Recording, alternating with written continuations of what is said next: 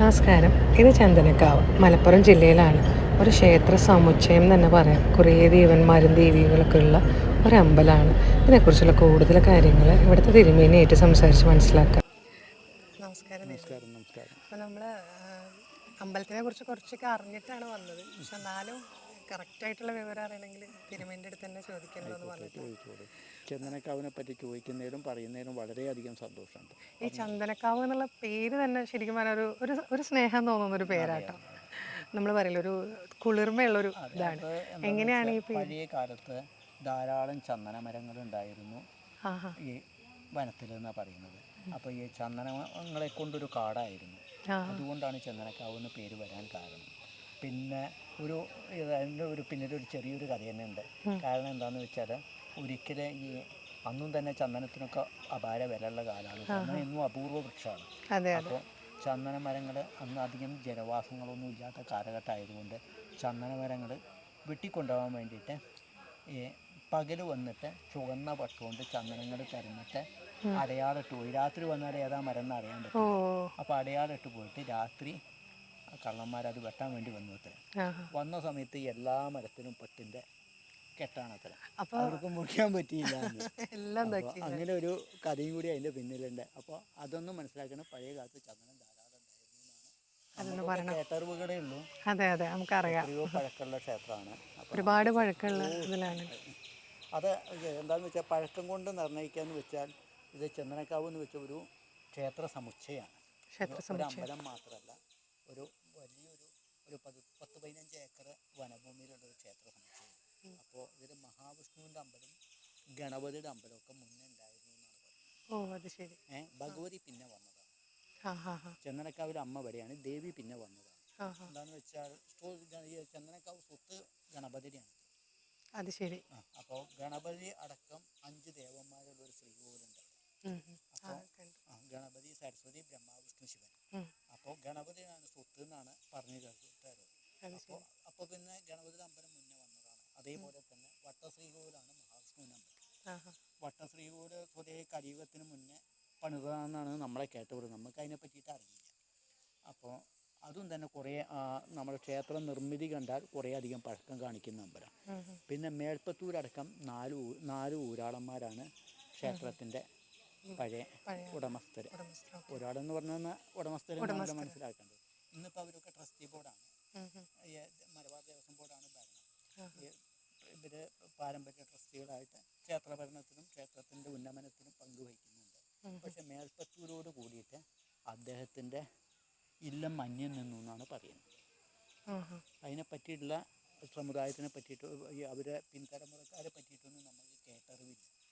അപ്പം മേൽപ്പത്തൂർ അദ്ദേഹത്തിൻ്റെ വാതരോഗം പിടിപെട്ടിട്ട് ഗുരുവായൂരിലേക്ക് നാരായണീരചനയ്ക്ക് പോണ വഴി അദ്ദേഹത്തിൻ്റെ ഇല്ലത്ത് വെച്ച് ആരാധിച്ചിരുന്നതാണ് അത്ര ചന്ദനക്കാവിലാണ് ദേവീനെ. അപ്പോൾ അദ്ദേഹം ഗുരുവായൂരിലേക്ക് പോകുമ്പോൾ അവിടെ ഈ നിത്യനിദാന ചടങ്ങുകൾ, തേവാരം മുതലായ ചടങ്ങുകളൊക്കെ നടത്താൻ ആളില്ലാത്ത അവസ്ഥ വന്നു. അപ്പോൾ ചന്ദനക്കാവ് അദ്ദേഹത്തിൻ്റെയും കൂടി ഉടമസ്ഥതയിലുള്ള അമ്പലമാണ്. അപ്പോൾ അവിടെ ഉചിതമായ സ്ഥലത്ത് ദേവീനെ കൊണ്ടുവന്ന് പ്രതിഷ്ഠിച്ചു എന്നാണ് ഐതിഹ്യം. അപ്പോൾ അതൊന്ന് മനസ്സിലാക്കുന്ന ആദ്യം ഈ അമ്പലങ്ങളൊക്കെ ഉണ്ട്. അതിന് മുന്നേ ശേഷം ദേവി വന്നതാണ്. മുമ്പേ ഉണ്ടായിരുന്നു ബാക്കി ദൈവങ്ങൾ, ദേവി വന്നു. അതെ. ആകെ 18 പ്രതിഷ്ഠ ഉണ്ട് ഇവിടെ. ഈ പ്രധാന ശ്രീകോവിലിൽ നെടുമുറ്റായിട്ടുള്ള ശ്രീകോവിലാണ്. മഴയും വെയിലും ഒക്കെ കൊണ്ടാണ് ദേവി. വനദേവത എന്ന് വെച്ചാൽ വനദുർഗയുടെ ഭദ്രകാളി സങ്കല്പമാണ്. ഒരേ പീഠത്തിൽ 2 ദേവിമാർ, ഒരു ദേവിയും ദേവനും. ഈ ഭഗവതി ചന്ദനക്കാവിൽ അമ്മയും, അതേപോലെ യവനീക്ഷ എന്ന് പറയും. ഒരു ദേവി ദാസന്റെ സങ്കല്പമാണ് യവനീക്ഷൻ. അത് ഒരേ പീഠത്തിൽ 2 പ്രതിഷ്ഠ. ഭഗവതി ഈ വലത്തു ഭാഗത്തും യവനീക്ഷനെ അടുത്ത ഭാഗത്തുമാണ്. അതുകൊണ്ട് തന്നെ ശിവനല്ല, ശിവനാണെങ്കിൽ വലത്തു ഭാഗത്ത് വരേണ്ടതാണ്. പക്ഷെ ശൈവപൂജയാണ് ചെയ്യുന്നത്. ദേവിയുടെ ഒരു ദാസനായിട്ടാണ് യവനീക്ഷൻ്റെ സങ്കല്പം. അപ്പോൾ അതേപോലെ ഇവിടെ കളമ്പാട്ടിന് കള എഴുതുമ്പോഴും അതെ, ദേവി സിംഹാസനത്തിൽ ഇരുന്നും കൊണ്ടും യവനീക്ഷൻ ഒരു കടാര പിടിച്ച് ഒരു അംഗരക്ഷകൻ്റെ സ്ഥാനത്തിൽ നിന്നും കൊണ്ടുമാണ് കളമ്പാട്ടിലും അങ്ങനെയാണുള്ളത്. അപ്പോൾ ഇവിടെ പ്രധാന ശ്രീകോവിൽ 2 പ്രതിഷ്ഠ, ഭഗവതി യവനീക്ഷനും. ഭഗവതിയുടെ നേരെ തെക്ക് ഭാഗത്തായിട്ട് കാരായ ഭഗവതി എന്ന് പറഞ്ഞാൽ പഴയ കാലത്ത് ആയോധന കലകൾക്കൊക്കെ ആരാധിച്ചിരുന്ന ദേവി എന്നാണ് ഓ പറഞ്ഞു വരുന്നത്. അങ്ങനെ പറയുമ്പോൾ എനിക്ക് തോന്നുന്നു ഈ മലപ്പുറം ഈ ഒരു ഏരിയ മലബാർ ഏരിയയിലൊക്കെ ആയോധന കലകളൊക്കെ കളരിയും കാര്യങ്ങളും ഉണ്ടായിരുന്നല്ലോ. ഇത് മറ്റേ മാമാങ്കമൊക്കെ നടന്ന സ്ഥലങ്ങളൊക്കെയാണ്. അപ്പോൾ അതിന് ആരാധിച്ചിരുന്ന ദേവി എന്നാണ് കാരായ ഭഗവതി എന്ന് മനസ്സിലാക്കുക. അത് ശരി. അപ്പുറത്താണ് ഏറ്റവും പ്രാധാന്യമുള്ള വേറൊരു സ്ഥലം, ഈറ്റില്ലത്തമ്മ. ഈറ്റില്ലത്തമ്മ അതാണ് ഇവിടെ വളരെയധികം ഒരു പ്രാധാന്യമുള്ള സ്ഥലം. ഇവിടെ ഈ ക്ഷേത്രത്തിൻ്റെ ഐതിഹ്യത്തിൽ എനിക്ക് തോന്നുന്നു അതിനെക്കുറിച്ച് അന്വേഷിക്കുമ്പോൾ തന്നെ പറയുന്ന ഗർഭിണികളായ സ്ത്രീകളുടെ അല്ലേ. അതെ. ഈ ക്ഷേത്രത്തിന് നിലനിൽപ്പിനൊരു പരിധി വരെ ഈറ്റില്ലത്തമ്മേൻ്റെ ആശ്രയത്തിലാണ്. ഈറ്റില്ലത്തമ്മ അമ്മ ആണ് ഇവിടെ ഇതിന് പ്രസവ സിദ്ധിക്കും സൽസന്താന ലബ്ധിക്കൊക്കെ ആയിട്ടുള്ള കാര്യങ്ങളാണ് അവിടെ നടത്തുന്നത്. ഇത് നമ്മുടെ സന്താന ലബ്ധിക്ക് വേണ്ടിയിട്ട് സന്താന പൂജ, പിന്നെ പ്രഗ്നൻ്റ് ആയി കഴിഞ്ഞാൽ ഗർഭരക്ഷാ പൂജ, 6-ാം മാസം വരെ ഗർഭരക്ഷാ പൂജ, 7-ാം മാസത്തിൽ 8 പിറക്കാന്നൊരു ചടങ്ങുണ്ട്. 8-ാം മാസത്തിലേക്ക് കിടക്കുന്നതിൻ്റെ മുന്നേ ആയിട്ട് ക്ഷേത്രത്തിൽ പോയിട്ട് 8 പിറക്കുക. അപ്പോൾ ആ 8 പിറക്കലിന് ഏറ്റവും പ്രാധാന്യമുള്ള സ്ഥലമാണ് ഈറ്റില്ലത്തമ്മ. അതെന്താണ്? അത് ഗർഭിണിയായിട്ട് 7-ാം മാസം ആയി കഴിഞ്ഞാൽ ദേവിക്ക് വന്നിട്ട് ചുവന്ന പട്ട് ചാർത്തുക. ഭഗവതിക്ക് ചന്ദനക്കാവിൽ അമ്മയ്ക്ക് ചുവന്ന പട്ട് ചാർത്തി കഴിഞ്ഞാൽ നേരെ ഈറ്റില്ലത്ത് പോയിട്ട് കറുത്ത പട്ട് ചാർത്തും. പിന്നെ വിളക്ക് വെക്കുക, അതിന് പ്രസവ സംബന്ധമായ സുഖപ്രസവ സിദ്ധിക്കുള്ള അർച്ചന ചെയ്യുക. അതൊക്കെ പാടെ ചേർന്നൊരു വഴിപാടാണത്. ഇവിടെ വന്ന് 8 പിറന്ന് പോയി കഴിഞ്ഞാൽ പ്രസവ സംബന്ധമായിട്ട് ബുദ്ധിമുട്ടുകൾ ഉണ്ടാവല് വളരെ ദുർലഭം എന്നല്ല, അത് ബുദ്ധിമുട്ടുള്ളതായിട്ട് ഒരുപാട് അനുഭവസ്ഥരെ ഞാനിപ്പോൾ ഇവിടെ കണ്ടു. കുട്ടികളും ആരും പറഞ്ഞ് കേട്ടിട്ടില്ല. ഇപ്പോൾ ഈ ഹോസ്പിറ്റലിൽ പോയാലും ശരി, ചിലപ്പോൾ പ്രസവ സംബന്ധമായിട്ട് കുറച്ച് ക്രിട്ടിക്കൽ സ്റ്റേജൊക്കെ ആയിക്കഴിഞ്ഞാൽ ഡോക്ടേഴ്സ് തന്നെ ധാരാളം പറയലുണ്ട്, നിങ്ങൾ ഈറ്റില്ലത്തമ്മയ്ക്ക് എന്തെങ്കിലും ഒന്ന് ഒഴിഞ്ഞു വെച്ചോളും, ഒഴിഞ്ഞു വെച്ചിട്ട് നമുക്ക് ഇതാവാന്ന്. പിന്നെ അത് കഴിഞ്ഞ് അത് വേണ്ട പോലെയായിട്ട് ഇഷ്ടംമാതിരി അനുഭവസ്ഥർ തന്നെ വന്ന് ഇവിടെ പറയുന്ന അറിവുണ്ട് ഞങ്ങൾക്ക്. എനിക്ക് തോന്നുന്നു ഇന്നും ഇപ്പോൾ കുട്ടികളെയും കൊണ്ട് വന്നിരുന്നു. അപ്പം അങ്ങനെ വന്നവരാവൂലേ കുട്ടികളെയും കൊണ്ട് തൊഴാൻ. ഇവിടെ ആദ്യം വഴിപാടിന് വന്ന് പ്രസവമൊക്കെ വേണ്ട പോലെ ആയിട്ട് വന്ന് അതിൻ്റെ ശേഷം ഇവിടെ വന്ന് കുട്ടീനെയായിട്ട് വന്ന് കുട്ടിക്ക് ചോറ് കൊടുക്കുക, അതേപോലെ ഈറ്റില്ലത്തമ്മേനെ പോയിട്ട് നമിച്ചിട്ട് വഴിപാടുകൾ ചെയ്യുക, അതിനൊക്കെ വന്ന ആൾക്കാരാണ്. അത് ശരി. പിന്നെ അപ്പം ഇവിടെ ഇപ്പോൾ ഈ 4 പ്രതിഷ്ഠ ശിവനും. പിന്നെ അതേപോലെ തന്നെ ചന്ദനക്കാവിൽ അമ്മയ്ക്ക് ഏറ്റവും പ്രാധാന്യമുള്ള വഴിപാടുകളാണ് ഗുരുതി, കളമ്പാട്ടമൊക്കെ. ഗുരുതി അല്ലേ.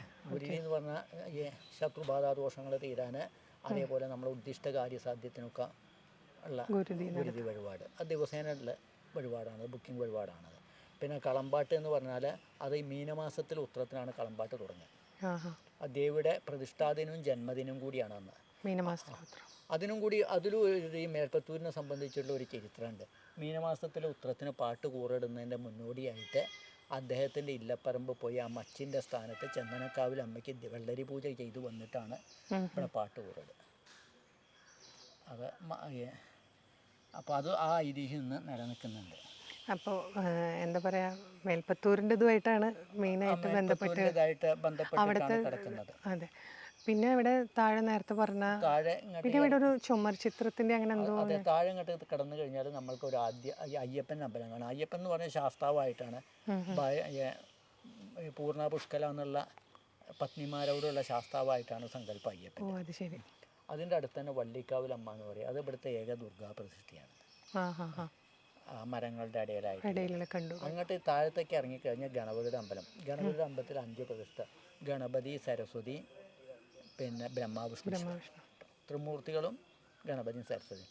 അതേ കോമ്പൗണ്ടിൽ തന്നെയാണ് സുബ്രഹ്മണ്യൻ, വേട്ടക്കരൻ, പിന്നെ കീഴേക്കാവിലെ ദേവി എന്ന് പറഞ്ഞിട്ട് ആദ്യം ഒരു കുട്ടി അമ്പലമായിരുന്നു. അത് പ്രശ്നത്തിൽ കണ്ടിട്ട് സുബ്രഹ്മണ്യന് തനി ശ്രീകോവിൽ വേണമെന്ന് കണ്ടിട്ട് 2 ശ്രീകോവിലായിട്ട് പുതുക്കിപ്പണത്. ഒരു ശ്രീകോവിലിൽ വേട്ടക്കാരനും കീഴേക്കാവിലെ ഭഗവതിയും, മറ്റേ ശ്രീകോവിലെ സുബ്രഹ്മണ്യനും. അതിൻ്റെ അപ്പുറമാണ് മഹാവിഷ്ണുവിൻ്റെ അമ്പലം. മഹാവിഷ്ണു ചതുർബാഹുവായിട്ടാണ് സാക്ഷാൽ വൈകുണ്ഠനാഥൻ. പിന്നെ ആ വട്ടശ്രീകോവിലായിട്ടുള്ളത്. ആ നമ്മൾ പ്രദക്ഷിണം വയ്ക്കുമ്പോൾ ശ്രീകോവിലിൻ്റെ തെക്ക് ഭാഗത്തെ ചുമരിൽ 3 ചിത്രം കാണാം. അത് പഴയകാലത്ത് മേൽപ്പത്തൂർ എഴുതിയ ചിത്രമാണ്. ആ ചിത്രങ്ങൾ അടക്കാണ് ഇവിടെ 18 പ്രതിഷ്ഠ. അത് ശരി. ആ നിത്യനിവേദ്യങ്ങൾ ആ ചിത്രങ്ങൾക്കും കൂടിയുണ്ട്. അതും കൂടി ആരാധിക്കുന്നത്. അതടക്കാണ് ഇവിടെ 18 പ്രതിഷ്ഠ. അത് ശരി. അപ്പോൾ എനിക്ക് തോന്നുന്നു കുറേ പേർക്ക് അറിയാത്തൊരു ഇതാട്ടോ. ഞാനും പഠിത്താണ് അറിഞ്ഞു തുടങ്ങിയത്.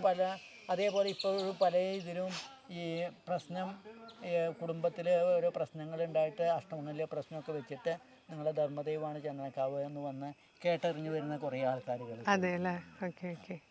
എന്തായാലും അവർക്കൊക്കെ അത് ഈ കാര്യം കൊണ്ട് വളരെ അനുഭവമായിട്ട് വന്നു എന്നാണ് അവർ പിന്നെ വന്ന് പറയുന്നത്. ഞങ്ങൾക്ക് അതുകൊണ്ട് ബലം കിട്ടി കേട്ടെ. അതേപോലെ തന്നെ ഇവിടെ പ്രത്യേകമായിട്ട് നടന്നു വരുന്നതാണ് ഈ ഓരോ കാര്യസാധ്യങ്ങൾക്കൊക്കെ ഉള്ള പ്രത്യേക പൂജകൾ. അത് ഓരോരുത്തർക്കും ഓരോ വിദ്യാകാര്യത്തിന്, അതേപോലെ മംഗല്യത്തിന്, സന്താനലബ്ധിക്ക്, വ്യവഹാര വിജയത്തിന്, അങ്ങനെ ഓരോ വിഷയങ്ങൾക്ക് പ്രത്യേകമായിട്ട് നടന്നു വരുന്ന പ്രത്യേക പൂജകളുണ്ട് ഇവിടെ. അത് അതിൽ വളരെയധികം അനുഭവം ഉണ്ടായിട്ട് അതിൻ്റെ ശേഷം ആ പൂജയ്ക്ക് വന്നു കഴിഞ്ഞാൽ ഒരു 3 ദിവസത്തെ 7 ദിവസമൊക്കെ ആയിട്ടാണ് ആ പൂജകൾ ചെയ്യുക. അതൊരു 3 മാസം അടുപ്പിച്ച് വന്നിട്ട് നടത്തി കഴിഞ്ഞിട്ട് നമ്മളൊരു 21 രൂപ നമ്മളെ ഉദ്ദിഷ്ടകാര്യ സാധ്യങ്ങൾ പ്രാർത്ഥിച്ചിട്ട് ദേവിയുടെ നടക്കി തൃപ്പടിയിൽ സമർപ്പിക്കുക. അത് ദേവിയുടെ പീഠത്തിൽ വെച്ചിട്ട് പൂജ ചെയ്ത് തിരിച്ചു വാങ്ങിയിട്ട് പൂജാമുറിയിൽ ഒരു ഡപ്പയിലിട്ട് വയ്ക്കുക. പിന്നെ കാര്യങ്ങൾ സാധിച്ചതിൻ്റെ ശേഷം വന്നിട്ട് വഴിപാടുകൾ നടക്കുന്നത് വളരെ അധികം നടന്നു വരുന്നുണ്ട്. ഓ അത് ശരി. ഇപ്പോൾ ദേവസ്വം ബോർഡിൻ്റെ കയ്യിലാണ് ഭരണം. നല്ല രീതിയിലാണ് ക്ഷേത്രം നടന്നു പോകുന്നത്. ഒരു ഇതുമായിട്ട് ബന്ധപ്പെട്ടിട്ടുള്ള ഒരു അനുഭവം ഒന്ന് എൻ്റെ കുട്ടിക്കാലത്ത് പറഞ്ഞു കേട്ട അറിവാണത്. എന്താണെന്ന് വെച്ചാൽ ഒരു പാലക്കാട് ഭാഗത്തുള്ളൊരു പാർട്ടി വന്നു. പാർട്ടി അവർ ധർമ്മദൈവമാണ് ഇവിടെ. അപ്പോൾ അവരന്ന് എതിർച്ചയെ വന്നപ്പോൾ ഒരു 6 വയസ്സുള്ളൊരു കുട്ടി ഇവിടുന്ന് കുറേ കല്ലുകൾ പെറുക്കിയിട്ട് പോക്കറ്റിലിട്ടു. അയാൾ സ്വാഭാവികമായിട്ടും അതൊരു കുട്ടിക്കളി എന്നുള്ള അത്ര 4, 5, 6 വയസ്സ് അത്രയേ ഉള്ളൂ ആ പ്രായം. അപ്പോൾ അത് പോക്കറ്റിലിട്ടു. ഇത്ര അവിടെ എത്തിക്കഴിഞ്ഞപ്പോൾ അവരുടെ വീട്ടിലാകെ പ്രശ്നങ്ങൾ, പല ബുദ്ധിമുട്ടുകളും, പലർക്കും സുഖമില്ലാതെയാവലും, പിന്നെ ശാരീരികമായിട്ടും മാനസികമായിട്ടും കുടുംബപരമായിട്ടൊക്കെ ആകെ തകർന്നു ആ കുടുംബം. അപ്പോൾ ആ കുടുംബം തകർന്നപ്പോൾ അവർ അഷ്ടമംഗല്യ പ്രശ്നം നടത്തി. അഷ്ടമംഗല്യം പ്രശ്നം നടത്തിയപ്പോൾ നിങ്ങൾ ഇങ്ങനെ ദൂരെ ഒരു ക്ഷേത്രത്തിൽ പോയിരുന്നു, അപ്പോൾ അവിടുന്ന് നിങ്ങളെ എന്തോ അപഹരിച്ചു കൊണ്ടുവന്നിട്ട് അപ്പോൾ അതിന് പ്രായശ്ചിത്തം നിങ്ങൾ ചെയ്യണം എന്ന് പറഞ്ഞിട്ട് പിന്നെ അങ്ങനെ ചിന്തിച്ച് വന്നപ്പോഴാണ് ഈ 6 വയസ്സുള്ള കുട്ടി പറയുന്നത്, ഞാനിങ്ങനെ കല്ലുകൾ പെറുക്കിയിരുന്നു, അപ്പോൾ അങ്ങനെ ഞാൻ ഇവിടെ കൊണ്ടുവരലുണ്ടായി എന്ന് പറഞ്ഞു. അപ്പോൾ എന്നാൽ അതുതന്നെയാണ് വിഷയം. അപ്പോൾ അതിന് നിങ്ങൾ ഇന്ന പ്രായശ്ചിത്തങ്ങൾ നടത്തണമെന്ന് പറഞ്ഞിട്ട് അവർക്ക് ഇവിടെ വന്ന് അതിനുള്ള പരിഹാരക്രിയകളൊക്കെ നടത്തി. പിന്നെ ഇന്നിപ്പോൾ അവർ 3 മാസം കൂടുമ്പോൾ 4 മാസം കൂടുമ്പോൾ അതിപ്പോൾ എത്രയോ കാലങ്ങളായി, പതിറ്റാണ്ടുകളായി ഇപ്പോഴും നടത്തി വരുന്നുണ്ട്. എനിക്കിതൊക്കെ കേട്ടറിവേ ഉള്ളൂ. പക്ഷെ ആ കുടുംബത്തിന് അറിയാം, ആ കുടുംബം ഇപ്പോഴും വന്ന് ചെയ്യുന്നു. അതെ. പിന്നെ അതേപോലെ തന്നെ ഈ പ്രസവ സംബന്ധമായ കാര്യങ്ങൾക്ക് അത് പല ആൾക്കാരും വന്ന് ഇവിടെ അനുഭവസ്ഥരായിട്ട് വന്ന് പറഞ്ഞ വിവരങ്ങളാണ്. എന്താണെന്ന് വെച്ചാൽ കുട്ടീനെ ഇങ്ങോട്ട് കിട്ടില്ല, അല്ലെങ്കിൽ പ്രസവ സംബന്ധമായിട്ട് അമ്മയ്ക്കും കുട്ടിക്കും ഇത് പ്രയാസമാണെന്ന് വരില്ല എന്ന് പറഞ്ഞാൽ അത് ആ കഥകൾ ഇഷ്ടം മാതിരി ഉണ്ട്. അവർ വന്നിട്ട് ഇവിടേക്ക് ചന്ദനക്കാവിലേക്ക് വേണ്ടി ഒഴിഞ്ഞു വെച്ചിട്ട് പിന്നെ പ്രസവമൊക്കെ വേണ്ട പോലെയായിട്ട് കുട്ടീനെയായിട്ട് വരുമ്പോൾ ഇവിടെ വന്ന് ദേവീനെ സാഷ്ടാംഗം നമസ്കരിച്ച് അവർ ഈ കാര്യങ്ങളൊക്കെ വിവരിച്ച് പോയ ആൾക്കാർ കുറേ ഉണ്ട്. അതൊരു വലിയ ഒറ്റപ്പെട്ട സംഭവങ്ങളല്ലാതെ ഒരുപാട് പേരുടെ അനുഭവങ്ങളുണ്ട്. അതൊരു വലിയ കാര്യം. ഞങ്ങൾ പാരമ്പര്യമായതുകൊണ്ട് എനിക്ക് ഒരു 4 വയസ്സ് 5 വയസ്സ് തൊട്ടിട്ടുള്ള ഇവിടുത്തെ കാലഘട്ടങ്ങൾ അറിയാം. ഇപ്പം 56 വയസ്സായി. ഒരു 19 കൊല്ലത്തെ ചരിത്രം നമുക്കറിവുണ്ട്. എന്നാലും മുമ്പുള്ള ആൾക്കാർ പറഞ്ഞിട്ടും അറിയാം, കാരണം ഇത് വന്ന് ഒരുപാട് അറിവുകൾ അച്ഛനും മുത്തച്ഛനും ഒക്കെ പറഞ്ഞു കേട്ട അറിവുകളും ധാരാളം ഉണ്ട്. ചുരുക്കത്തിലൊക്കെ അത്രയ്ക്ക് തന്നെയാണ്. ഒരുപാട് ചോദിക്കാം. എന്നാലും ഒരുപാട് സന്തോഷം ഇവിടെ വന്നപ്പോഴും അങ്ങനെ ഒരു ഫീലാണ്. കാരണം അമ്പലത്തിൻ്റെ ഇതാവും. പിന്നെ നമ്മൾ ഈ സാധാരണ അവിടെ തൃശ്ശൂർ പാമ്പ് മേക്കട്ടെ നമ്മൾ അവിടെയും പറയും, നമ്മൾ എവിടുന്നും ഒന്നും എടുത്തിട്ട് പോകരുത് എന്ന് പറയും. അപ്പോൾ അത് കഴിഞ്ഞപ്പോൾ വേറെ കേട്ടതാണ്. അപ്പോൾ എന്തായാലും ഇത്രയും കാര്യങ്ങൾ പറഞ്ഞു തന്നതിൽ ഒരുപാട് സന്തോഷം. ചന്ദനക്കാവിനെ പറ്റി ചോദിക്കുന്നതിലും പറഞ്ഞു തന്നതിലും വളരെയധികം സന്തോഷമായിരുന്നു. എന്താണെന്ന് വെച്ചാൽ ഞങ്ങളുടെയൊക്കെ ജീവിതത്തിനോട് ബന്ധപ്പെട്ട് കിടക്കുന്നതാണ് ഈ ക്ഷേത്രവും ക്ഷേത്ര സമുച്ചയം. ഒരുപാട് സന്തോഷം തരും.